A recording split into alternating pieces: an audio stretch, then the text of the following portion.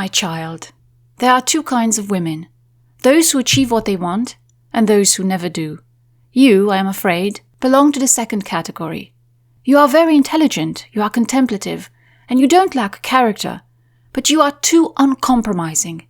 You don't know how to live or make allowances for the exigencies of modern life. You belong to another age, the time of saints and martyrs. Don't give yourself too much the airs of a saint, or break your heart, imagining yourself to be a martyr. These words were written to a young empress by her wise, knowing mother, who neatly summed up her beloved daughter's tragic flaw, which would cast a perpetual shadow over her life. The young empress was none other than Elisabeth of Austria, mysterious, impossibly lovely, melancholic, eternally yearning for a freedom always glimmering on the line of the horizon, just out of reach. She is one of those tantalizing figures of the past, whose story has been interpreted and reinterpreted throughout the years, with various degrees of sympathy. During her lifetime, Elisabeth was not always well liked in her adoptive country. Her subjects barely saw her, and she did much to weasel out of official engagements. The very thought of being in Vienna, the capital of the mighty empire whose mother figure she was supposed to be, made her quite literally ill. Yet today her image is everywhere in the Austrian capital. Her radiant beauty greets tourists from the wrappers of candy bars and cheap cups. Statues of her in her famous star dress line the shelves of souvenir shops. Copies of her diamond stars can be purchased in museum gift shops or, if one has finer taste, one can drop by the jeweler Joe-Harriet, who designed the original ones back in the day for some considerably pricier copies. Bucket loads of candied violets are purchased every day because tourists want to taste Elisabeth's favorite sweets for themselves. Yes, Vienna is obsessed with Elisabeth. She's a very profitable symbol of the city which she tried to escape for most of her life. And had she been with us today, the irony would certainly not be lost on her. But when did this infatuation begin? Films focusing on her life appeared as early as 1921, and there was no shortage of memoirs, diaries, and biographies concerning her, starting from the year of her death, 1898, all the way to the present day. Well over a century of fascination with a woman who in death remains just as elusive as she was in life. But it was in 1955 that Elisabeth's popularity received the decisive boost which brought her story to a wider, international public. That year, shortly before Christmas, the first film in the now famous trilogy by Ernst Marischka was released in cinemas. Played by a breathtaking Romy Schneider, Elisabeth appears as a naive, sweet, and innocent girl who falls in love with a handsome emperor Franz Joseph. And, in more recent decades, Elisabeth has received a growing attention in pop culture.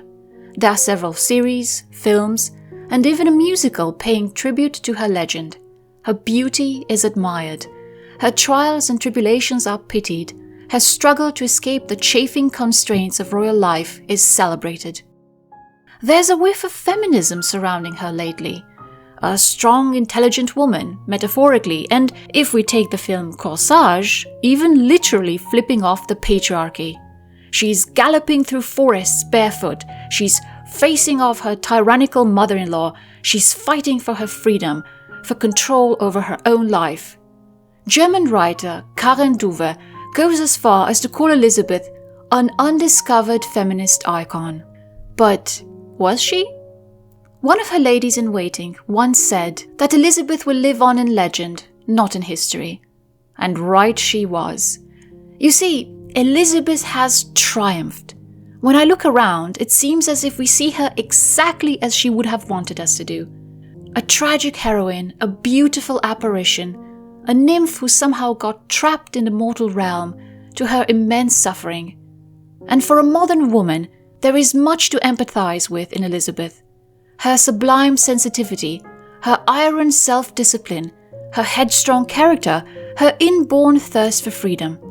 But upon lifting the starry veil of this ethereal fairy tale queen, one will find the face of a much more complex, flawed, and ultimately human woman, self-obsessed and narcissistic, monstrously selfish and possessive, cruelly indifferent to her empire, with one all-consuming exception, incessantly self-victimizing and deeply, deeply unhappy, overwhelmingly through her own fault. So, we are going to take a semi-linear look at her life and try to answer a question I haven't heard being asked that often. Was she really someone we should look up to?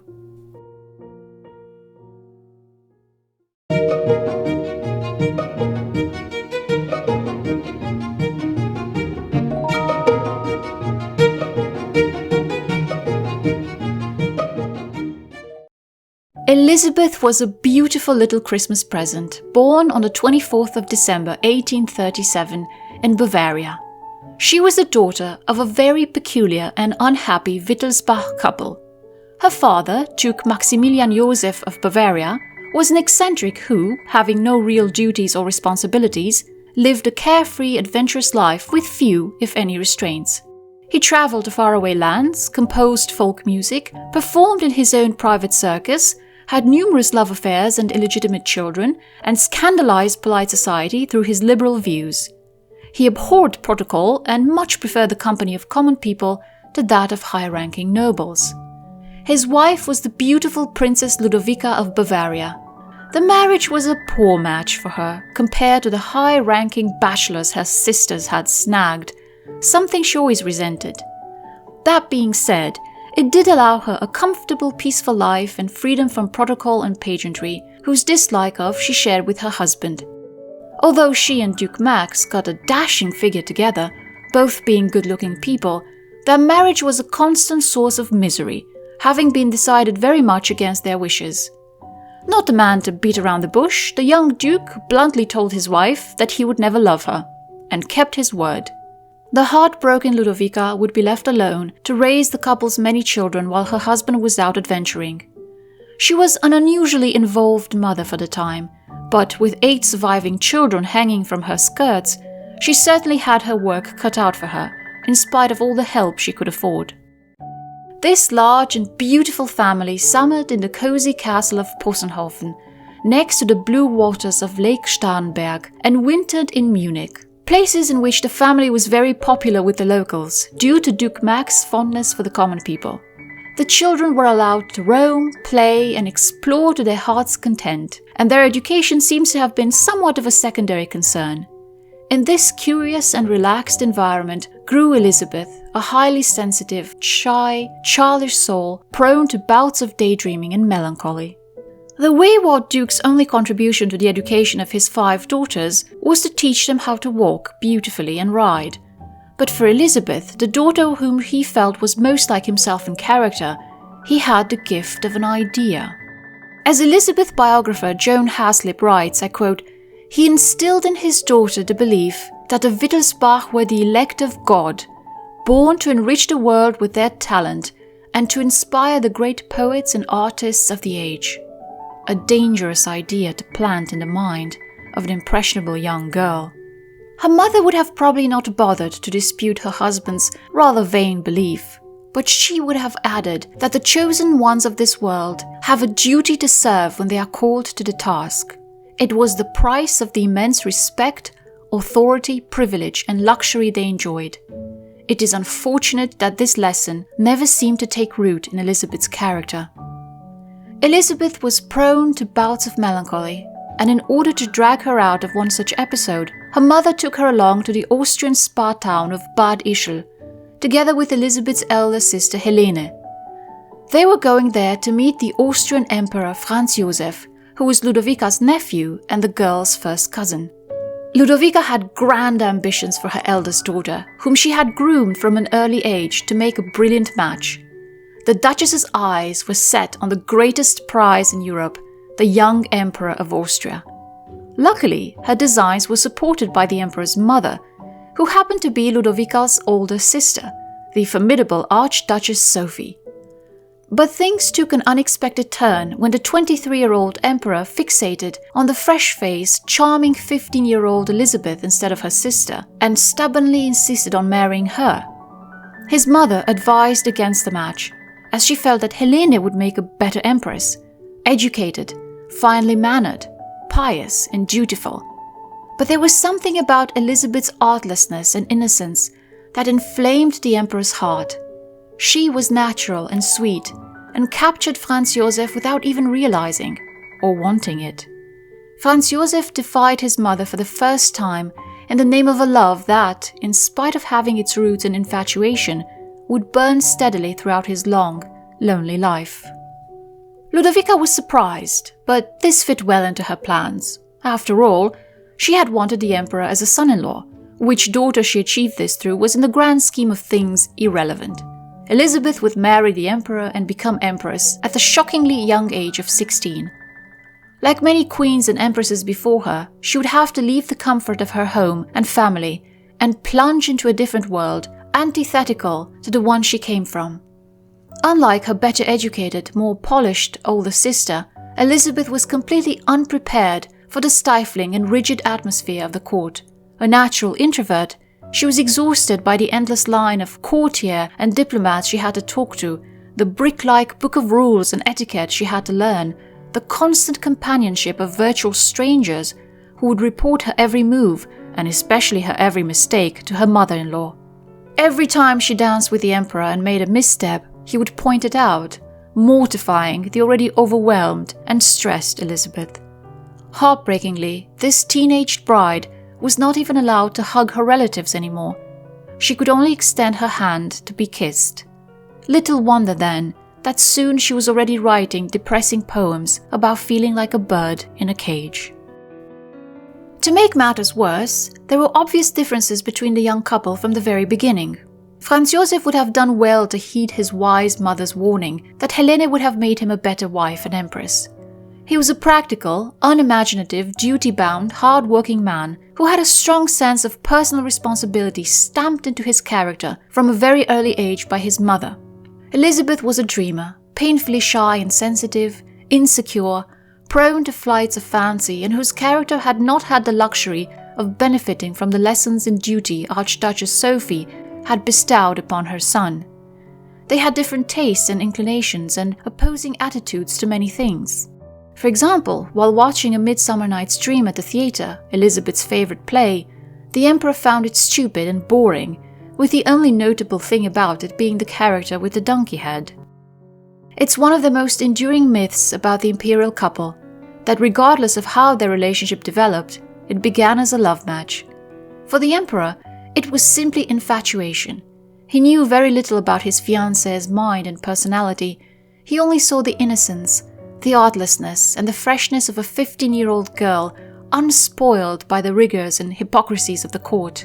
Nor could Elisabeth have been anything other than infatuated, if indeed this was what she was feeling. Saying no to the emperor was simply out of the question. Her naivety and lack of life experience would have made it impossible for her to understand her future husband, and most importantly, what she would be giving up in marrying him. She would later refer to the marriage vows as vows a young girl cannot understand and cannot undo, and described marriage as an absurd institution. She was not the only one with such thoughts. Her contemporary, Queen Victoria, although very happily married herself, also thought that, I quote, "People really marry far too much. It is such a lottery after all." Her words highlight the situation countless women found themselves in since the beginning of time, as unwilling spouses trapped in a life and role they could not escape. Elisabeth was by no means unique in this. If anything, she was the norm. Yes, she was married very young, but compared to other women, she could have been considered lucky. She had a young, attractive husband who adored her, lived in unimaginable luxury, and had the power to make significant changes in the lives of her subjects. Unfortunately, she would come to appreciate none of her good fortune.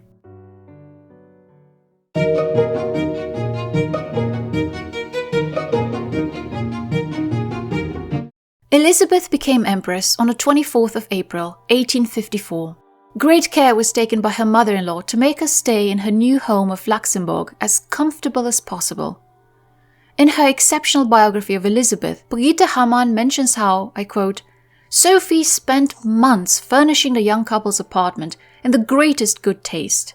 Sophie personally picked out the tapestries and curtains, the rugs and furniture.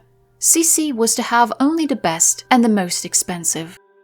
Unfortunately for Elisabeth, even though her mother-in-law was fundamentally very well-intended, she was so used to her authority at court, so in the habit of deciding everything, that she did not consider that the young, sensitive, overwhelmed Elisabeth might have wanted things like privacy in the first months of her marriage, or her own household.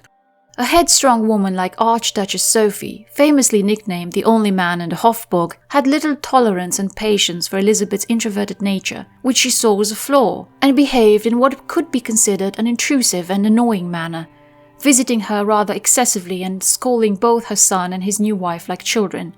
Archduchess Sophie knew all too well from personal experience the sacrifices a crowned head must make, and privacy was the first thing on the list. But if she was thoughtless, this formidable and strong woman was not ill-intended or malicious, and in her moments of reflection, Elisabeth admitted to that. In fact, many of Elisabeth's triumphs have reached us solely because her mother-in-law proudly recorded them in her diary. Elisabeth would have done well to learn from her formidable mother-in-law. Sophie, a great beauty in her time, had been married at the age of 19 to a feeble-minded and unremarkable man, Archduke Franz Karl of Austria. It wasn't a love match. They had nothing in common, and she was vastly superior to him in terms of intelligence and ambition. But instead of bemoaning her fate, Sophie made an incredible decision. She decided that she was going to be happy. As simple as that. She funneled her considerable energy into achieving this goal and became a loving and devoted wife and mother who placed her family at the center of her life. Her love and affection were rewarded and returned tenfold by her adoring husband and children. And when she was not happily spending time with them, she would shine at court events, go horseback riding, read, and enjoy music. This was a woman who took her life into her own hands and turned a sad situation into a triumph. But her overwhelmed niece and daughter-in-law was made and molded differently, and felt no inspiration when she looked at the Archduchess, only animosity. To add to her exhaustion and frayed nerves, Elisabeth found herself pregnant within about a month of her wedding and gave birth to a daughter, Sophie, on the 5th of March 1855. That same year, she fell pregnant yet again in autumn and gave birth to yet another daughter, Gisela, on the 12th of July 1856. The long-awaited heir to the throne, Rudolf, was born on the 21st of August 1858, followed by Marie Valérie, Elisabeth's last and favorite child, in 1868. Elisabeth would later claim that Archduchess Sophie essentially prevented her from mothering her first 3 children. She took my children from me straight away. I was only allowed to see them when Sophie gave her consent. She was always present when I went to visit the children.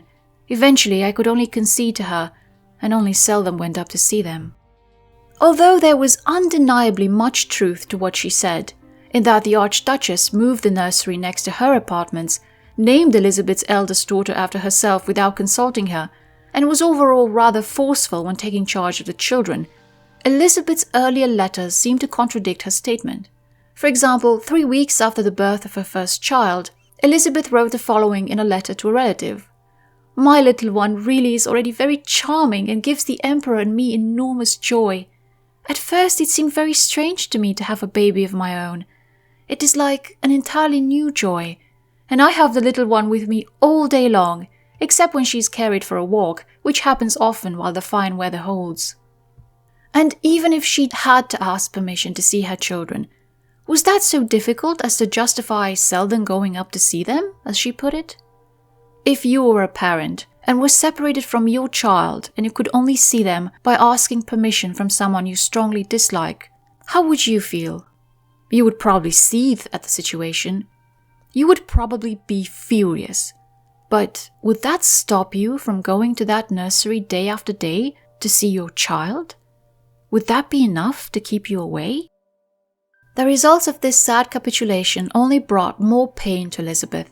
Once, upon returning from a voyage, she was dismayed when her baby daughter Gisela did not seem to recognize her anymore, and cried when she held her, only settling back into her natural, pleasant disposition in the arms of her grandmother. If she heard that Rudolf was ill, she would materialize at his bedside with toys, treats, and tales from her journeys, But as soon as the Archduchess Sophie entered the room and Rudolf's eyes lit up at her sight, Elisabeth left. Her youngest daughter Marie-Valerie, whom Elisabeth was able to raise by herself, once wrote that, "Mama said if I ever marry she will never be glad to see me again. She's like some animals who abandon their young as soon as somebody touches them." The family suffered a personal tragedy when, after Elisabeth insisted on taking her very young daughters with her on a trip to Hungary, the delicate 2-year-old Sophie perished after much suffering. The Archduchess, who had warned the couple that the children were too young to be exposed to the perils of travelling over long distances, was distraught and, according to some historians, blamed Elisabeth for the tragedy. Elisabeth's insistence on taking the children with her had been a symptom of her need to assert her motherly rights in front of the Archduchess, who she felt had usurped them. What she saw as a major victory in her domestic war turned into a tragedy. The body of little Sophie was put to rest in the imperial crypt in Vienna, and with it, Elisabeth had seemed to have buried a part of herself because, as Brigitte Hamann notes, in the following weeks and months, a significant change took place in Elisabeth. After the misfortune, for which she did not feel blameless, she gave up the struggle for the daughter who was left to her, Gisela. It seemed as if she were no longer willing even to acknowledge the existence of this child. She paid no attention to the little girl. Deep as Elisabeth's grief must have been, it does not excuse the terrible cruelty she inflicted upon her surviving daughter. Gisela was only 1 year old, too young to understand where her sister had disappeared, and, like any young child, she needed the comfort of her mother's arms. Her relationship with her mother wilted before she even spoke her first word. Elisabeth would never treat Gisela as anything more than a footnote in her life. Her emotional neglect of her children was noted and criticized by the court. Again, Brigitte Hamann writes how the imperial physician, Dr. Seeburger, poured out reproaches and complaints about the empress who, according to him, did not meet her obligations either as an empress or as a woman. Though she is essentially idle, her contacts with the children were very casual. Another witness who found Elisabeth's lack of interest in her children odd was Vicky, the eldest daughter of Queen Victoria, who reported to her mother that Elisabeth seems to know very little and to have only minimal interests. The empress neither sings nor draws or plays the piano, and hardly ever speaks about her children. Yes, she would prove to be shockingly uncaring about her 2 eldest children, constantly missing their milestones, barely interacting with them, leaving a void which the emperor, a born family man, and his mother tried their best to fill. The only child to escape this treatment was her youngest daughter, Marie-Valerie. The little Archduchess was born in Elisabeth's beloved Hungary and was the only child she was allowed to raise entirely as she saw fit. Archduchess Sophie was by then too old to interfere in any way. And so Elisabeth was finally free to have a child entirely to herself, and, with her typical lack of measure, ended up overwhelming and embarrassing the practical, sensible little girl with her possessive nature. It is one of the great ironies of Elisabeth's life that she ignored the child that was so much like herself, her son Rudolf, and instead funneled all her maternal energies onto the child that was a carbon copy of Franz Josef. Rudolf was sensitive, intellectual, liberally inclined, had a vivid and rich imagination, and he was desperate for his mother's love. Marie-Valerie was sensible, rational, and practical to the bones. She disliked her mother's beloved Hungary and wanted to speak only German, was very pious, and one of her favorite pastimes was to sit quietly in her father's office and watch him work, admiring his work ethic and dedication. And where her siblings had to endure their mother's emotional abandonment, Marie-Valerie had to deal with Elisabeth's notorious possessiveness. She was scared of telling her mother that she wanted to marry, and rightfully so. Elisabeth began talking of having nothing to live for anymore, terrifying her daughter. Elisabeth's favoritism of Marie-Valerie had an unfortunate effect on Rudolf. Unlike his sister Gisela, who was resigned to have only the most perfunctory relationship with her mother, Rudolf desperately wanted her love and approval, and was seething with hurt and jealousy upon seeing his little sister basking in it. Poor Marie-Valerie would have gladly shared it if it had been in her power, as she found her mother suffocating and much preferred her father. But Elisabeth focused exclusively, ostentatiously on her, leading Rudolf to take his frustrations out on his poor little sister, who was scared stiff of him. Gisela did not escape her mother's indifference either, and nowhere was this more obvious than when the time came for her to marry. Hamann made a point to note that Elisabeth always bemoaned her own fate, having been married so young, and yet she gave her daughter no chance to take time with her own marriage, let alone go her own way. It was only until her youngest, Marie-Valerie, that Elisabeth was generous, declaring that Valerie would be allowed to marry even a chimney sweep if she really had her heart set on it. She did not bother with Gisela's trousseau, shocking her entourage, even her devoted Hungarian ladies-in-waiting, who considered her heartless. For all their flaws, Elisabeth's mother Ludovica and her mother-in-law Sophie had labored tirelessly so that Elisabeth would lack for nothing and have the best of everything. Elisabeth was gifted the best linen, the finest furniture. She was showered in jewelry. Gisela, only 15 years old at the time, had her bedsheets, rugs and furniture picked out by Elisabeth's staff. The Empress simply couldn't be bothered. Soon after her wedding, Gisela became a mother, making Elisabeth a grandmother in her 30s, which deeply wounded the Empress's vanity.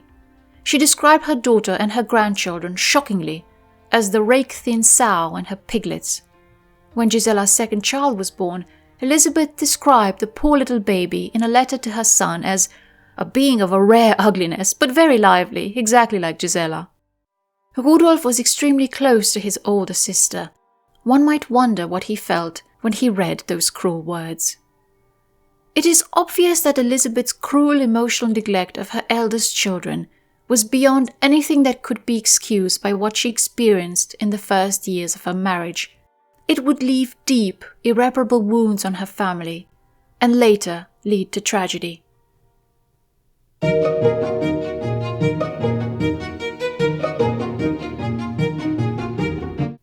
From early on, Elisabeth displayed a lack of a strong sense of duty, something which she seems to have inherited from her father, who lived a bohemian life, devoid of any responsibilities, including conjugal and paternal. To be fair to the young Empress, she tried. But it was like breaking into a sprint. She would go on for a while, then get too tired and stop. Her husband wrote to her on many accounts, urging her to help him and fulfill her role. "I beg of you, for the love you bear me, pull yourself together, show yourself in the city sometimes, visit institutions. You have no idea what a great help you can be to me in this way. It will put heart into the people of Vienna and keep up the good spirit I require so urgently." The Austrian Empire was warring with Italy at the time of this letter, and things were going very badly for them. Elisabeth was needed to sustain the people's morale, and for those who doubt that she could have made a difference, one only needs to point out to another queen whose statements, uttered during a time of terrible crisis, earned her the gratitude of her people, Elisabeth Bowes-Lyon, the Queen Mother. During the darkest hours of the Second World War, she broadcast to the nation in an attempt to comfort families who had to send their children away for safety and their family members to war. She organized aid efforts, she visited locations devastated by the Luftwaffe during the Blitz. She placed her whole energy into supporting her country.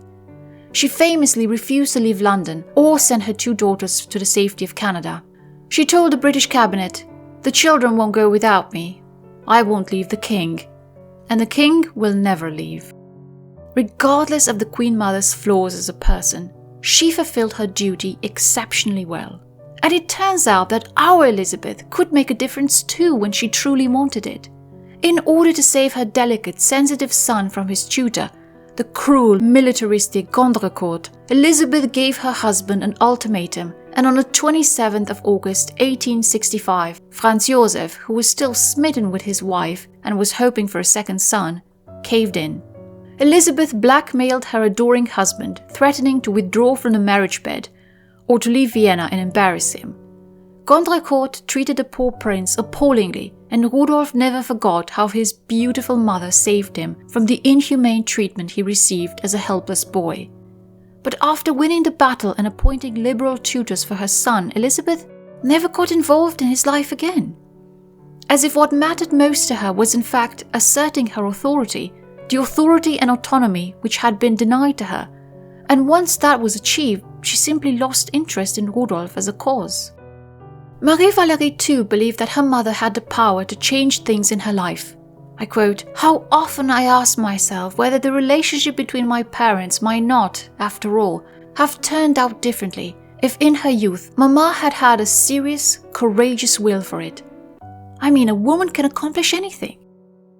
Though this belief was not free of doubts, as she continues, and yet she may be right that given the circumstances it was impossible to become more intimately one. Time and time again, we are treated with glimpses of what Elisabeth could achieve if she leaned into her role as Empress rather than away from it. Following the Battle of Königgrätz on July 3, 1866, when Austria shattered against Prussia's might, the 29-year-old Elisabeth sprung into action as trainloads of wounded soldiers arrived in the capital. Landgravine Theresa Fürstenberg wrote that the Empress edifies and astonishes all the world by the truly maternal manner in which she devotes herself to the care of the wounded and the hospitals. It was time for her to win back the hearts of the public. She's doing a good job.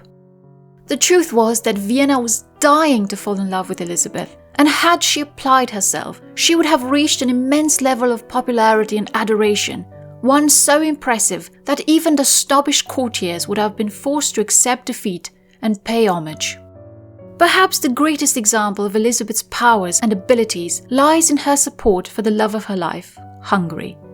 When championing the Hungarian cause, she wrote uncharacteristically long letters to her husband, pressuring him to accept a meeting with Count Andrassy. "If you say no, if you are unwilling at the final hour to even listen to disinterested advice any longer, you will be forever spared my further pleas and botherings, and I have nothing to fall back on but to reassure myself with the knowledge that, whatever happens, I will one day be able to honestly tell Rudolf, I did all in my power. Your misfortune does not weigh on my conscience." Faced with a deluge of such letters from his wife, an advancing Prussian army, a capital in panic, and a crippling loneliness caused by Elisabeth herself, who left the capital, Franz Josef caved in, and to such an extent that something in their relationship seems to have been permanently altered as a result.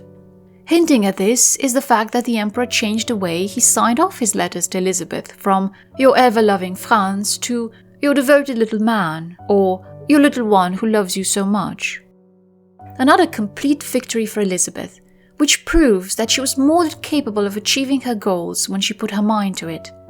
If only she had done it more, this would have been a different kind of story. Unfortunately for her empire, she rarely took an interest in the fate of her subjects and preferred to indulge in more material pursuits. For example, in spite of the devastation the war had inflicted on the treasury of the crown, and also in spite of her husband's pleas for frugality, Elisabeth was interested in purchasing a castle in the Hungarian countryside called Gödöllő. Her husband refused her request. The situation was so dire, he wrote to her in a letter, that half the horses in the Hofburg stables would have to be sold, and great economy would have to be made with everything else. That she would even think of throwing so much money on a luxury property, while the entire empire was facing famine, disease, and alarming levels of unemployment, says much about Elisabeth's skewed priorities. To make matters worse, she pointedly ignored Bohemia. The reason for this might have stemmed from her intense dislike of the Bohemian nobles at court, who, in fairness to Elisabeth, were terrible snobs and had treated their young and shy empress poorly for not being of a sufficiently noble stock. There was no difference between political and personal for Elisabeth. For a woman in her position, the personal was political. But it is unfortunate that she would make her Bohemian subjects pay for the snobbery of their nobles, at a time when they needed her the most. It was a deep betrayal for them. And what hurt the most, perhaps, was the fact that it was they who loyally offered shelter to the then Emperor of Austria, Ferdinand I, during the Revolution of 1848, while the Hungarians were marching on Vienna. They felt, rightfully so, that their loyalty had gone unrecognized. The anger and resentment of devastated Bohemia became apparent when there was an assassination attempt on Franz Josef in Prague. Bohemia was unhappy that the crown was showing a clear favoritism towards Hungary as a result of Elisabeth's pressures on her husband. To add insult to injury, while Bohemia had been ravaged by war, Hungary had remained shielded from its consequences. Elisabeth wrote that she understood their anger and suspected that they would secede from the Austrian Empire one day, but failed to reflect on how she could have prevented that to an extent by being a good empress and simply caring for her much-tried Bohemian subjects and not just for her Hungarian ones. In times of acute crisis, she had the habit of fleeing the capital and taking the children with her, leaving her husband alone. This was particularly difficult for Franz Josef, as he was a family man who drew strength from the presence of his wife and children. She would entreat him to visit, but the emperor was a duty-bound man who could not shrug the weight of responsibility from his shoulders with the same ease as she did. About one such occasion, Brigitte Hamann writes, "It is necessary to imagine Austria's military and political situation and the countless cares weighing the emperor down. No peace had yet been made with Italy. In fact, a resumption of the fighting had to be expected. Negotiations with Prussia were still up in the air.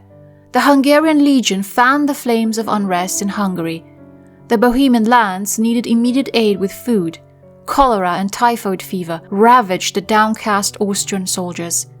In this desperate situation, the Empress of Austria not only refused to be with her husband, she even reproached him for not returning her visit.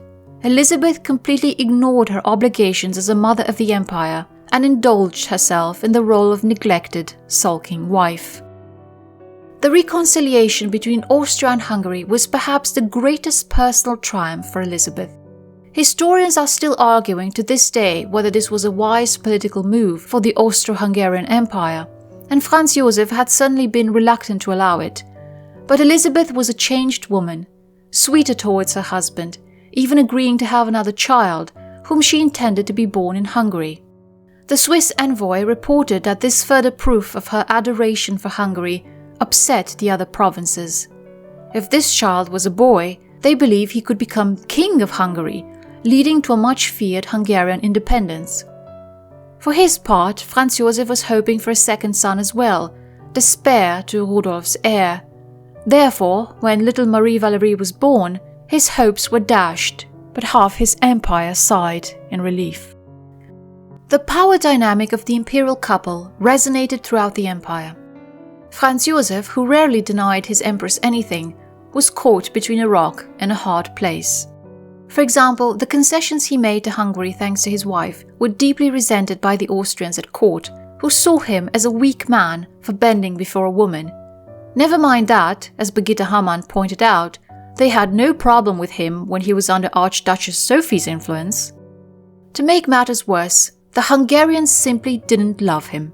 They adored his beautiful fairy-like wife, but there was too much bad blood between them and Franz Josef for anything but the coolest of relationships.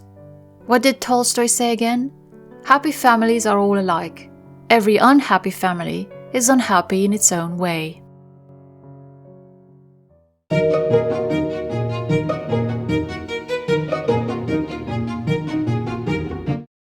By the virtue of her role as Empress, Elisabeth was not just a public figure, but the most important female public figure in the empire.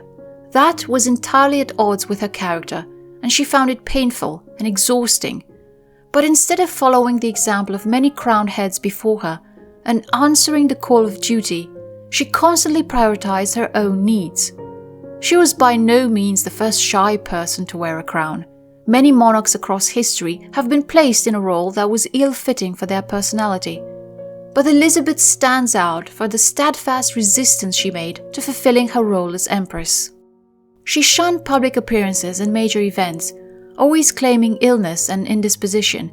She even used her period as an excuse. The days where Elisabeth had her period were very well known, and many public events were planned in such a way as to not coincide with them. It made no difference in the end, as Elisabeth was more likely than not to either stay for only a quarter of an hour or to refuse to appear altogether. The Viennese, and here credit must be given where it is due, did their best to please her. When the brand new opera was built, an incredibly expensive and lavish building, the architects built and furnished a special salon for their empress, with the utmost care and consideration given to her taste in everything, from the colour scheme to the large portraits of Possenhofen hanging on the walls and ceiling frescoes depicting scenes from her favourite play. Everything was designed to delight and please Elisabeth. She cancelled her appearance only a short time before the curtain was about to rise. It's worth considering that these refusals affected not just the Viennese public, but also her entourage. Her ladies-in-waiting could not always just go to an event if the Empress specifically refused to attend, and so Elisabeth narrowed their social lives rather selfishly. Her disregard for these much-tried ladies was also expressed in the way in which she would go out walking or hiking for hours and hours in all kinds of weather, rain, wet snowstorms, strong wind, and at strange hours such as 3 a.m, exhausting and quite frankly torturing the women who were forced by protocol to follow her. One concession Elisabeth made was to allow a carriage to follow her, so that her ladies could rest when they felt that they were nearing the end of their rope. The kind of self-imposed regime Elisabeth lived under would probably be a challenge for women today, let alone for the noble women of so long ago. For that reason, it was quite a challenge to find her ladies-in-waiting who could keep up with her. Once a coveted position, Elisabeth reduced it to a punishment. She was also notoriously possessive of her ladies-in-waiting. If they dared to express any romantic attachment to a handsome count or baron, Elisabeth cautioned them against it. And if they made the capital mistake of marrying, it was regarded as a deep personal betrayal. She considered herself the sun around which the lives of these women were supposed to revolve. Both Countess Marie Festetics and Ida Ferenczi, Elisabeth's favourite ladies-in-waiting, never married, in spite of having numerous suitors. They were tempted at times, but could not bear to leave their lonely, charming, capricious, fascinating Empress. And yet, although they clearly loved her, one can only wonder if this life made them happy, if following such a woman was a recipe for a fulfilling existence. In her later years, Elisabeth's entourage was described as consisting of bitter old maids. How much truth was there behind that statement? Being in Elisabeth's entourage might have looked glamorous to the untrained eye. Her staff certainly travelled extensively, saw extraordinary sights, lived in lavish palaces, and basked in the presence of Europe's most beautiful crowned head. But outsiders were quick to notice the exhaustion in her female companions' faces, the cruel way in which Elisabeth stirred their jealousies and turned them against each other for her amusement, the cold look that crossed her face every time she asked her young Greek tutor who he loved best in the world, and he answered that he loved his mother, instead of saying, as the Empress wanted, that he loved her. The list of unfortunate choices continues, with the neglect of her duties towards the poor of Vienna. A very telling example is the Maundy Thursday ceremony, when 12 old men and 12 old women from the poorhouse would have their feet washed by the Emperor, who performed this gesture of humility for the men, and the Empress, who was supposed to perform it for the women. Afterwards, they would be honoured with a lavish meal and showered with precious gifts, a life-changing experience for most, if not all of them. But Elisabeth refused to do it, so only the 12 old men received this treatment at the hands of the dutiful Emperor. It was only in 1873, when she was 36 years old, that she returned to Vienna to fulfill the duties she had neglected for the past 20 years. 12 old women in 20 years makes 240 women who were unfairly deprived of this once-in-a-lifetime opportunity. And this is just one example of how Elisabeth kicked away yet another chance of doing good for her subjects.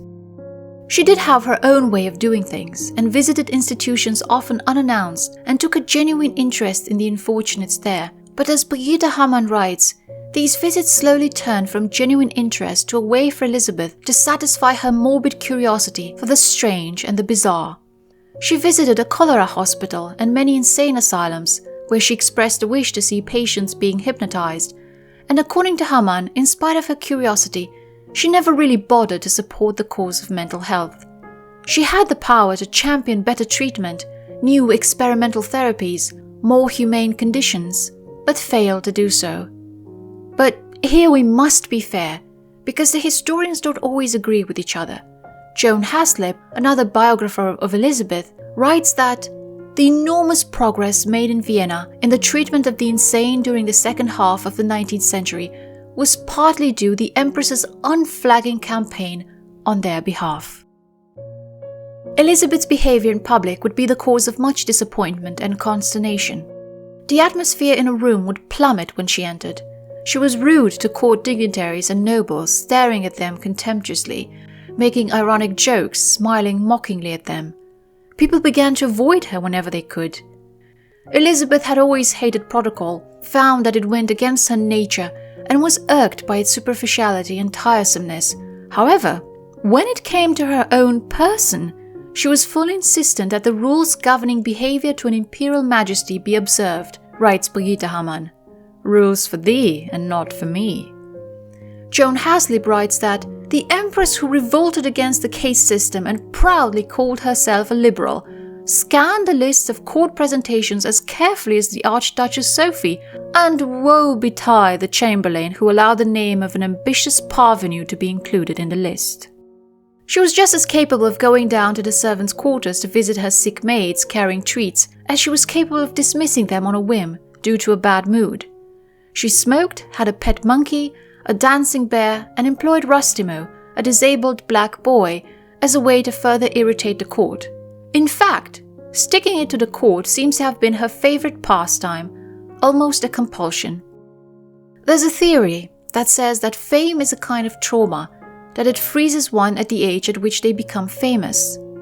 That certainly seems to have been the case with Elisabeth, as she would never outgrow her adolescent vanity, her compulsive obsession with sticking it to the court no matter what, and her desire to escape duty of any kind. Over the years, armchair psychologists have attributed various mental illnesses such as agoraphobia and depression to Elisabeth. But, leaving aside the fact that a deceased person cannot always be reliably diagnosed, it is rather curious how these conditions conveniently prevented her from doing everything she did not like to do, but never the things she did want to do. In difficult political times, she continued to leave Vienna, separating herself and her children from the emperor. A family man and isolated in his gilded cage, Franz Josef felt lonely and dejected without them. His desk at the Hofburg was filled with beautifully framed portraits of his wife and children. The walls were decorated with paintings of his family. Even 12-year-old Prince Rudolf once complained about being separated from his sister Gisela and mother for so long, almost half a year, when Elisabeth decided to take her daughters and spend the winter in Merano. For her part, Elisabeth claimed that she had no other option, saying to her lady-in-waiting that, "I have no alternative but to choose this life. In the great world, I have been so persecuted. So many evil things have been said about me. I have been so maligned, so deeply offended and hurt. So I thought I would find a society that does not disturb my peace and offers me pleasure. Nature is much more rewarding than humanity." Elisabeth's persecution mania was self-perpetuating and self-fulfilling. Yes, the court treated her contemptuously as a young bride, but she only had to lean into her role slightly for them to turn around and rave about her. Had she really put her heart into it, she would have conquered the Hofburg. Instead, her coldness, her unreliability, her strange and irritating habits only served to alienate and isolate her further. The self-victimizing and paranoid Elisabeth kept herself into a constant state of unpopularity through her behavior. Marie Festetics, who doubtlessly loved her, would bemoan the fact that in her there is everything, but as in a disordered museum, treasures which go unused, nor does she know what to do with them. Marie thus noticed how Elisabeth was essentially wasting her talents and ultimately wasting her life away. Her behavior outside of Austria would be no better. She was a nightmare guest for hotels, often arriving at the busiest time of the year with an enormous retinue and demanding that the entire hotel be placed at her disposal. She was not a very popular guest to have at foreign courts either. For example, she was habitually rude to Queen Victoria. On the occasion of a brief visit, she refused to touch the refreshments prepared for her, but dined at the hotel afterwards, which caused consternation within the British royal family. In a letter to her husband, she mentioned, however, that she was altogether polite, and everyone seemed astonished. She also made fun of the Duchess of Teck. She's enormously fat. I've never seen anything like it. All the time I wondered what she looked like in bed. At one point, she visited Queen Victoria at Windsor Castle on a Sunday, which is a big faux pas on her side, for it was well known that the royal family never received visitors on Sundays. She also arrived too early, which forced an annoyed Queen Victoria to leave the religious service she had been attending in order to receive her capricious guest, who then blithely announced that she will not be staying for lunch, as it had been arranged. To make matters worse, Elisabeth's train to London was stuck in the snow and had to stay on the tracks until late afternoon with no food. Remember, Elisabeth had declined to stay for lunch, and because the Empress does not eat, her entourage does not eat either, so people were quite upset with the situation. As a result, Queen Victoria was unfairly criticised in the London papers for not having invited the poor Empress for lunch, much to her annoyance. Seeing how the Queen had graciously set her yacht at Elisabeth's disposal back when she was sick and needed to travel to Corfu, it was a bit unkind for Elisabeth to behave the way she did. Perhaps one of her most peculiar habits would be this. She would go on long hikes that lasted until nightfall and then demand to spend the night in random people's villas. In Nice, she was chased away by an old woman, enraged at this stranger who was trying to come into her house. She'd also go to various foreign courts unannounced, sending all the servants into a panic and placing her hosts in very uncomfortable situations. Once she was retained by a guard while trying to visit the mother of Wilhelm II. The guard could simply not believe that the strange, poorly dressed woman in front of him, whose entourage consisted only of another lady, was the Empress of Austria. Elisabeth found all of these incidents funny, but for the hosts they were anything but. As proven by the incident with Queen Victoria's luncheon, people found it difficult to believe that the Empress would drop by unannounced, and thought that there must have been some misunderstanding, some breakdown in communication or poor planning involved, a charge of which the unhappy hosts were wholly innocent. And then there was the Wittelsbach mania with building palaces. Seduced by the beauty of the Greek island of Corfu, she decided on a whim to build a castle on a steep hill in a difficult-to-reach place and dedicated it to one of her favorite heroes, Achilles. It cost millions to build and furnish, and she emptied and abandoned it almost as soon as it was completed. By the time of her death, it was uninhabitable and worth only a fraction of the price it cost to build. Elisabeth was absolutely terrible with money, spending eye-watering sums on her travels, her horses, and the palaces she would build and then abandon as soon as she got bored of them. You see, although she hated being an empress, she loved the perks of the position and took full advantage of them, giving only crumbs in return. Her frivolous spending was criticized by her subjects even then. By today's standards, she would have most likely fared even worse in the court of public opinion. Franz Josef tried everything he could to make Vienna bearable for his complicated wife, going as far as to build her a horrifically expensive villa in Linz, which belonged only to her and where she could be free from the demands of courtly life. Everything was, as usual, done entirely to Elisabeth's taste, but she repaid him by once again departing from Vienna and leaving him behind.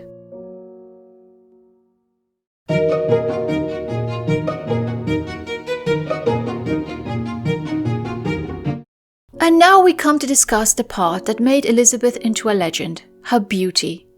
Elisabeth's vanity and narcissism were all-consuming. Joan Haslip writes, Elisabeth's niece, Marie Lariche, characterized this maliciously as an all-consuming, passionate love.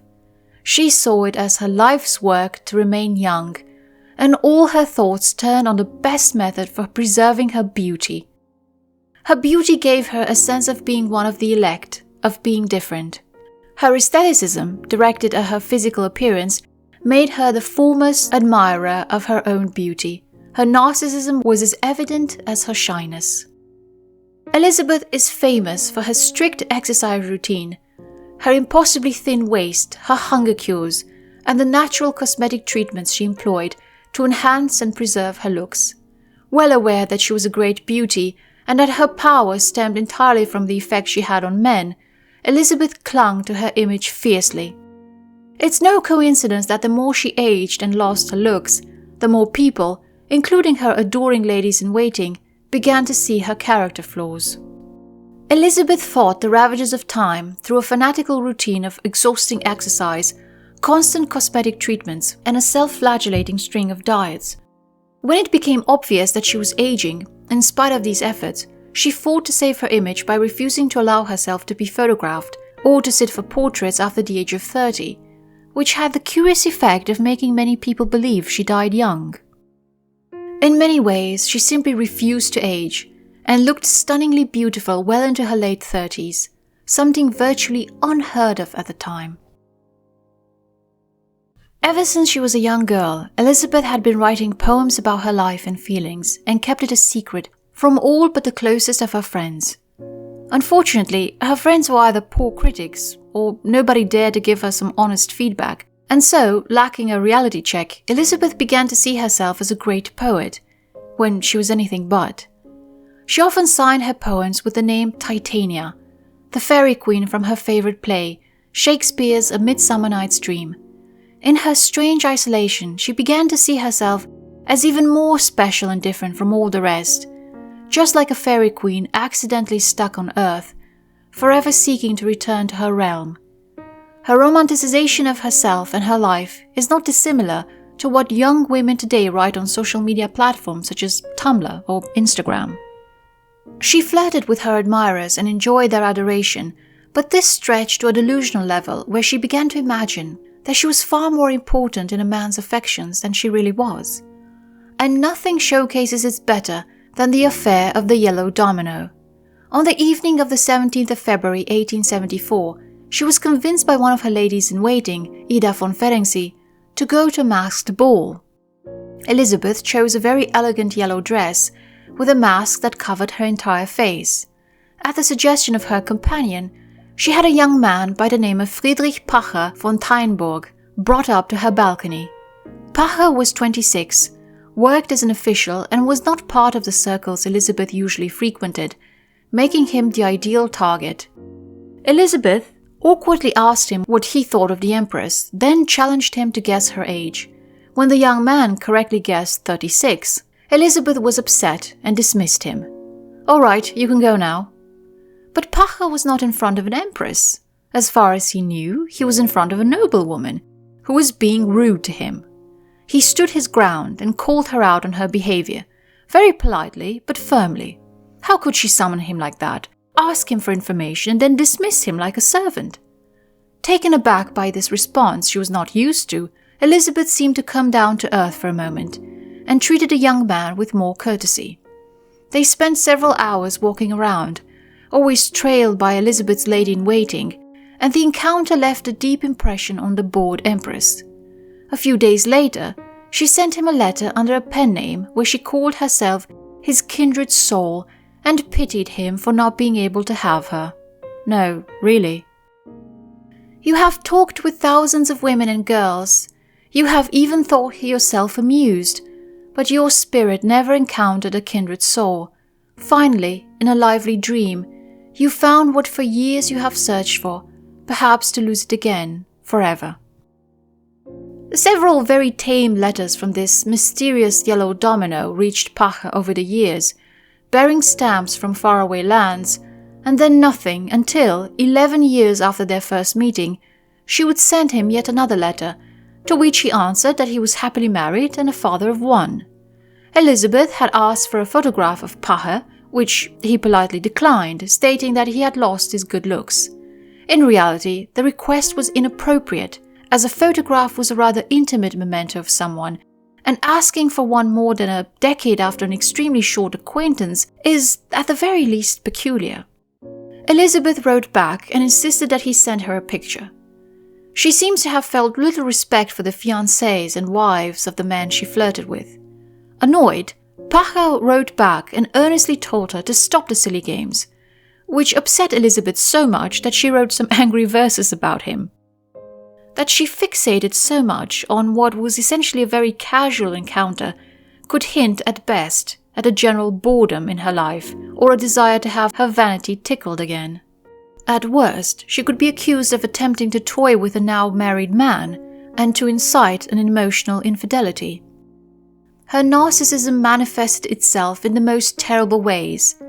In spite of her many complaints about the treatment she received from the court and Archduchess Sophie, when it was her turn to become a mother-in-law, Elisabeth behaved abominably. Her young daughter-in-law was Princess Stephanie of Belgium, who married Crown Prince Rudolf at the age of 17. Alone at a foreign court, the teenage Stephanie had none of Elisabeth's blessings of beauty, a loving husband, and a mother-in-law who made sure she was comfortable. Instead, she had a husband who was indifferent to her, a brutal wedding night, and a mother-in-law who despised her. Elisabeth called her a mighty bumpkin, mocked her appearance, her lack of grace, and pushed many of her own duties onto this 17-year-old girl, using her to evade even more responsibility. Her lack of empathy is striking and telling. Perhaps Elisabeth was right to sign her poems with the name of a fairy, as the fair folk are known in legends to be selfish, capricious, and cruel, thinking only of their desires and toying with mortals for their own amusement, discarding them once they get bored.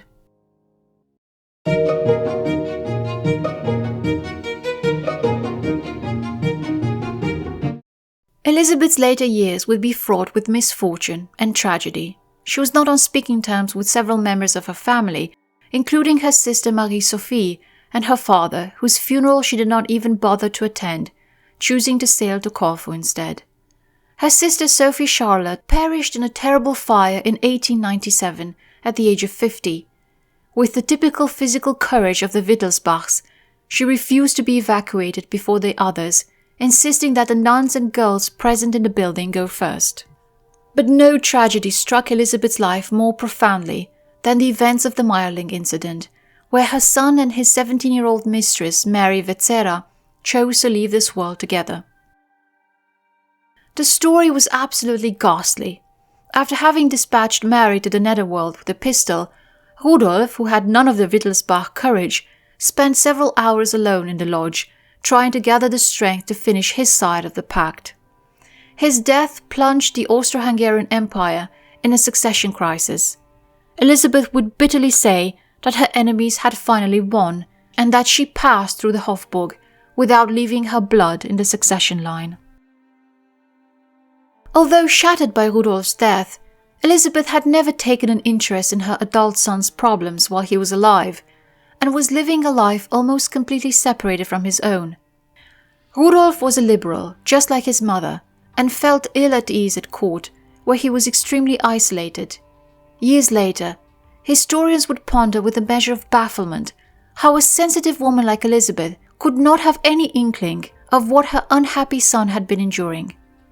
One of her ladies-in-waiting would argue on behalf of her Empress that the life a woman in her position led was abnormal and very different than what we would expect. At the order of the Emperor, who knew how easily upset she was, many bad or unpleasant news were being purposely kept secret from Elisabeth. Reports of Rudolf's nastier character traits, such as his cowardice and sadism, were kept by his tutor from both his parents. I wonder, if Elisabeth had made the effort to be closer to her son, would he have still ended up the way he did? It sounds very Freudian, I admit, always blaming the mother if something goes wrong with the child. For all it's worth, I don't think blame should fall entirely in Elisabeth's lap. The Emperor had failed his son too, although in a different way.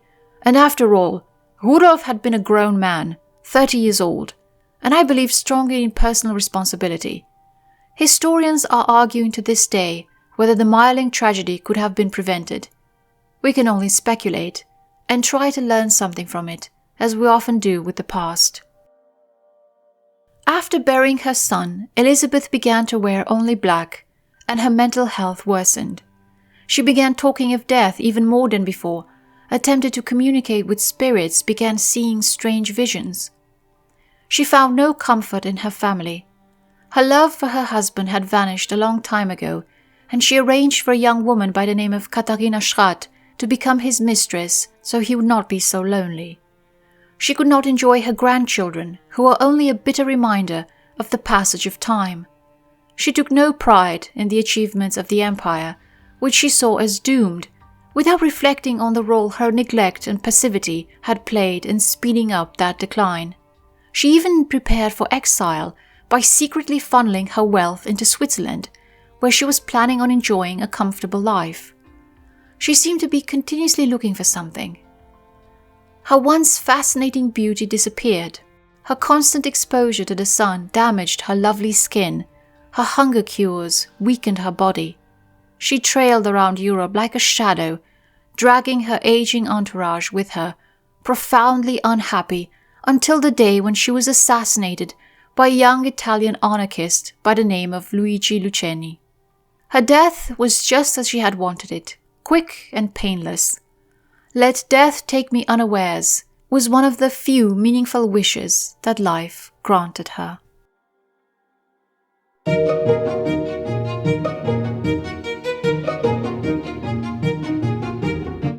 Elisabeth had the feeling that we would understand her, that we would resonate with her. And she was right. She was a modern woman in so many ways, with all that entails. But I cannot help but wonder, shouldn't resonating so strongly with such a self-obsessed and unhappy woman scare us? Question for the philosophers. The reason why I created this project was not because I hate Elisabeth or because I think everyone should hate her. Her marvelous qualities have been admired and discussed for more than 120 years. My intention was to issue a warning regarding the people we admire and the reasons why we admire them. I believe that there is much to learn from the souls of the past, lessons in happiness and misery. And I believe that some people are better suited to being warnings rather than role models. Be that as it may, I do not want to end this story on a bitter note, so I'm going to let Elisabeth have the last word. In 1890, she secretly gave the Hofburg a sealed casket containing her poems, instructing that after her death it should pass on to her brother, Karl Theodor. He would be tasked with keeping it safe and, after 60 years had passed, it was supposed to be given to the Swiss federal president. The poems were accompanied by a letter to us. Elisabeth had written to us, the souls of the future. Dear future soul, to you I pass these writings. The Master dictated them to me, and he has determined their purpose. That is, 60 years from 1890, they are to be published to benefit political prisoners and their needy families. The Master Elisabeth is referring here is Heinrich Heine, her favorite poet, to whom she was deeply devoted and with whom she believed she had a special otherworldly connection. In her typical impractical manner, Elisabeth's vague formulation made it very difficult for the beneficiaries of her poems to be identified. In 1951, after 2 world wars, the world looked profoundly different from when Elisabeth was alive. What kind of political prisoners did she have in mind? And then Elisabeth ends her letter to us with the proof that she did understand human nature after all. For in 60 years, no more than today, will happiness and peace, liberty, be established on our little star. Perhaps on another one? Today I am unable to tell you this, perhaps by the time you read these lines. Cordially, for I sense that you wish me well. Titania.